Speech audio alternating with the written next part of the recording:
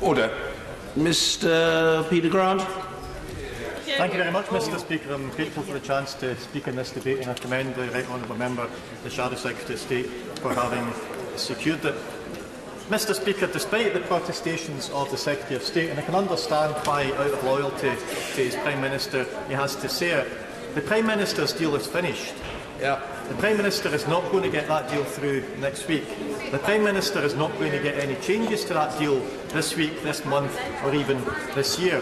The Prime Minister is now acting like a motorist who brings her car back to the garage week after week after week, and then runs to the press expressing their frustration at the mechanic for refusing to take a decision to give it an MOT, when it's perfectly obvious that what he's driving is a clapped-out old banger that should have been consigned to the scrap heap weeks ago. Mr. Speaker, an extra coat of paint on this deal is not going to make it roadworthy. It should be scrapped. If there's going to be any attempt at a deal at all, it's got to be a deal that is reached in consensus by engagement with the whole of this House, including the 90% who do not agree with the Prime Minister's vision of what she thinks we're going to achieve from this. So the options we have, Mr. Speaker, are a significant extension, and that doesn't mean for a few weeks or a couple of months. Complete revocation of Article 50, which then gives a future government the option as to whether they want to try again, or we crash out with no deal. And it was very noticeable that repeatedly today at Prime Minister's questions, the Prime Minister went through a whole litany of options that she was refusing to take forward because they had been voted down by this House. None of them had been voted down by anything like as calamitous a majority as the option that she's now determined to take back for a third time, in flagrant violation of the traditions of this House, which, remember, was supposed to get sovereignty returned to it by this whole Brexit fiasco. So, having failed twice to get a vote accepted by this House, surely it's time, and well past time, for the Prime Minister and her government to accept that it's not Parliament that's out of step with reality, it's the government that's out of step with reality. I'll give way. I thank the honourable gentleman for giving way. However, he does seem to be misinformed. Last week, this House voted down proposal for a second referendum by 249 votes, which was a crushing defeat for the amendment, and demonstrate there is not the support for a second referendum in this House. Mr. Speaker, one of the Prime Minister's own allies has just argued very eloquently why the Prime Minister's deal should also be dead in those circumstances. I'll give you in just a second. Parliament voted with 15 days to go to the cliff edge to ask for an extension. The Prime Minister quite deliberately used 40% of the available time to do absolutely nothing. Even when she made a statement on Friday saying she would now write that letter, it took her 5 days to write this urgently needed letter. What was she doing? Looking for a pen, looking for a stamp? I could have given her either if she'd asked. I'll give way to Honourable Friend first, then I'll go back to you. I thank Honourable Friend for giving way. Does he agree with me that we've heard repeatedly from across the floor that this government has to follow the democratic will of the people, but does he accept that the 2017 election to this House represents the democratic will of the people also, as well as the 2016 election in the Scottish Parliament, which has repeatedly and resoundingly called for this government to listen to Scotland, and it has failed to do so time and time again, and it fails to listen to this House time and time again? It makes a very, very valid point, and it is also, again, worth recalling that the only time in 25 years that the Conservative Party has had a majority in this place was when they stood in the manifesto to keep us in the single market and the customs union. And as soon as they stood in the manifesto to take it out of the single market and customs union, the majority vanished like snow off a dike. I'll give you now to Honourable Member. I appreciate that very much indeed. Mr. Speaker, forgive me, I think it's worth the House being aware that in the last 5 minutes Donald Tusk has confirmed that only a short extension would be made available if this House approves the withdrawal agreement next week. Now, clearly, that is not going to happen. So, weaving into an intervention as I am, does the honourable friend agree with me that no more smirking at the dispatch box, no more playing games, no more poker about no deal?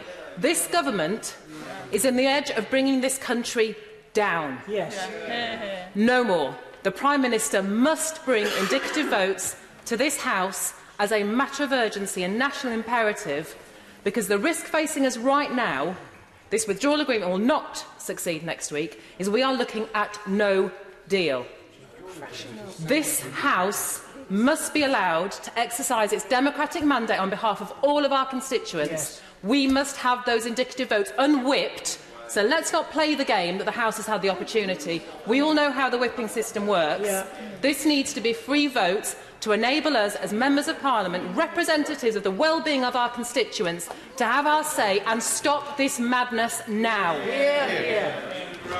Mr Speaker, I agree with a great deal of what the honourable member said. I think possibly the most telling phrase she used there was "it's time to stop playing games," because this is all a game to a lot of these people. Far too often, when we're talking about the most serious threat that these islands have faced in peacetime within recorded history, we see smirks and jokes on the front bench every time somebody in opposition benches is speaking. I'll give you in a second.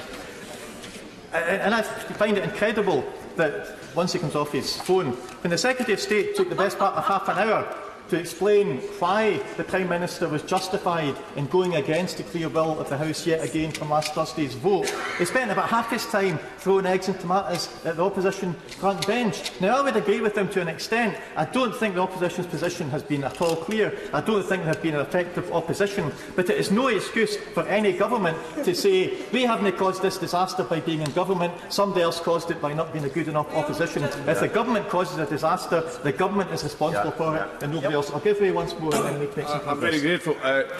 And further to the earlier intervention there, it seems also there are rumours on Twitter of the Prime Minister talking about general election.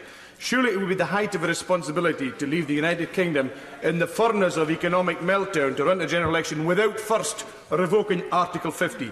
If the Prime Minister is calling a general election, she must first write a letter to Brussels to get Article 50 revoked before she can hold any general election. Anything else is utterly irresponsible. There is no time. A letter must be written first. We'll get all their seats back. Well, Mr Speaker, it may well be irresponsible, reckless and thoroughly irrational, but that doesn't mean that this Prime Minister will necessarily rule it out. Mr Speaker, within the last 3 or 4 days, we had a very clear message from the government, as was very well pointed out by the Honourable Member for Broxton earlier.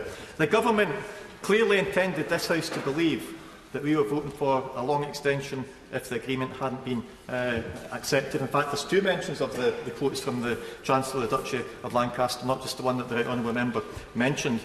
We had the Prime Minister tripping herself to vote against a resolution that she had tabled and clearly, presumably supported at the point that she tabled it. We had the Secretary of State, despite trying to say it wasn't what he did, commending a motion and then voting against the motion later on.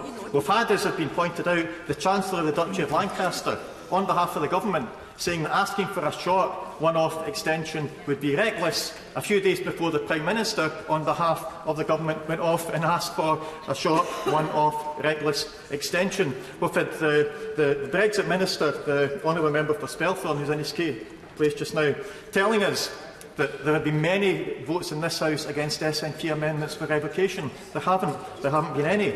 He told us that the rules of procedure for the Joint Committee under the withdrawal agreement don't provide for delegations.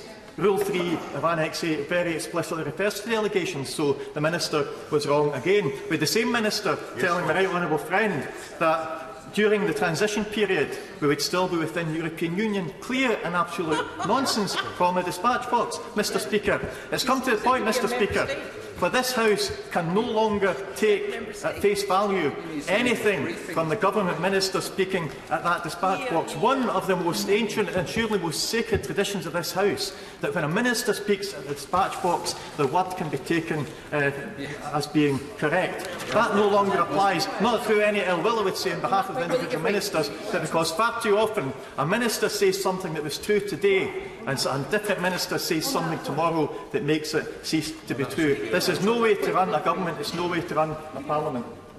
Absolutely on that point. I'm grateful for the honourable gentleman for giving way. I don't know whether he was in the House on, I think it was on Monday, when the minister who sits in his place, the honourable member for Spelthorne, and honourable members may recall an urgent question or whatever it was, Mr Speaker, because there's been so many. But the honourable gentleman stood at the dispatch box and he said, It's very plain. If we are given the meaningful vote, we will seek a short extension.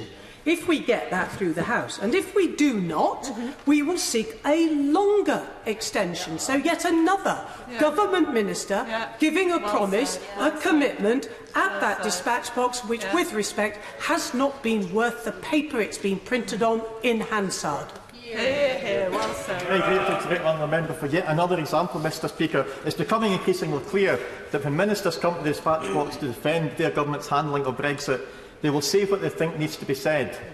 And if it happens to coincide with the truth, that's useful. If it doesn't, someone has to come back in the back of them and correct it. How do we expect European negotiators to have any faith in what British government representatives are saying, when time and time again it's abundantly clear that we cannot take at true face value anything that ministers are saying from the dispatch box? A system of government and parliament, Mr Speaker, that depends entirely on being able to trust what ministers are saying, and ministers are simply not bothering to check the facts before they declare them in these solemn circumstances. I hope that the Lib Dems will contribute to this debate, so I'll get here. I thank him for giving way.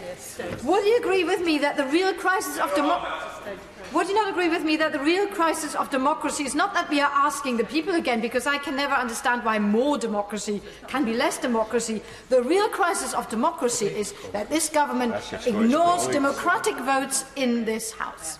Yeah, absolutely. I say that's part of the crisis of democracy. It's certainly not the only part of our democracy that is in crisis. Mr Speaker, we hear from a government that claims to want to respect the will of Parliament and the will of the people, although it's been made perfectly clear the people are not allowed to change their minds. The about turn from the Chancellor of the Duchy of Lancaster's speech to the Prime Minister's actions, both on behalf of the government, tell us that 5 days is enough time to allow 100% of the Cabinet to change their mind, but almost 3 years is not enough time to allow 3% of the population of these islands to change their minds, because it only needs 3% of the population to change their minds to get a different result in another referendum. The government think there has been a significant shift in public opinion. That is why they don't want to allow the public to have another say. If they were confident that Leave would win another fair, uncheated referendum, they wouldn't be running away from it so quickly. Here. I thank the gentleman. We have heard that there is a rumour that the Prime Minister intends to make a statement in number 10 this afternoon, or this evening possibly.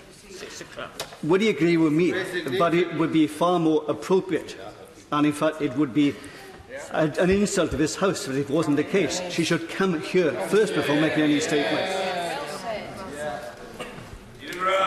Well, Mr Speaker, I'm not sure that what's appropriate and what's an insult to this House is a consideration for the Prime Minister or indeed the rest of the Government. They will do what they think will get their way through Parliament, whether it is upholding the traditions of this House. And I find it astonishing that I'm defending the traditions of this place to a bench full of Conservative ministers. It was never what I thought I would do when I first got elected. But we have government who have been held formally to be in contempt of Parliament, and I believe a lot of their actions, certainly in the last couple of weeks, and what they intend to do next Monday, by all accounts, demonstrates that that contempt of Parliament has only deepened since the House had to pass that resolution, that shameful resolution against them last year. That's given me a good number of times. We really need to make some progress. Mr Speaker, when we see the First Ministers of the national governments of Scotland and Wales being frozen out almost completely, and the leader of a non-governmental party effectively being able to pull the strings on half the Conservative Party, a party whose total election votes in 2017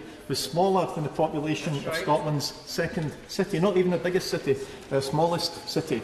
You have to wonder where the democratic principle in that comes. And when it became quite clear last weekend that the attempts to persuade the DUP to back the deal weren't about persuading them that it was actually better than they thought. They weren't about persuading them that the backstop wasn't as big a threat to them as they thought. It was about trying to find out how much money could be dug out of the Treasury in order to buy their support. What kind of an honourable way is that for government to work? Yeah, we know you don't agree with it. We know you think it's damaging to constituents, but they can then send some money your way or your constituencies' way so that you won't notice how damaging it is. In a lot of other contexts, Mr Speaker, that practice would have a very different word indeed, and it would not be an honourable practice at all. I will give you once more.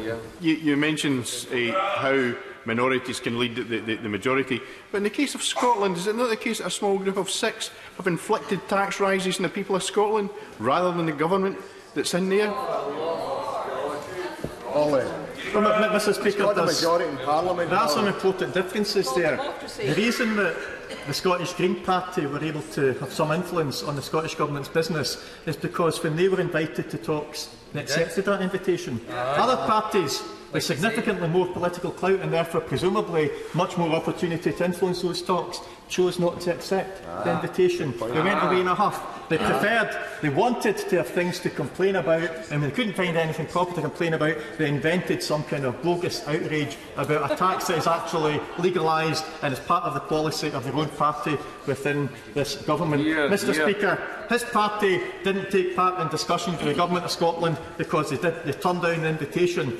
Our party very often has not taken part in discussions with the Government of the United Kingdom because we haven't even had an invitation. Neither have any of the other parties represented here, apart from the DUP, but there again, they are not represented here.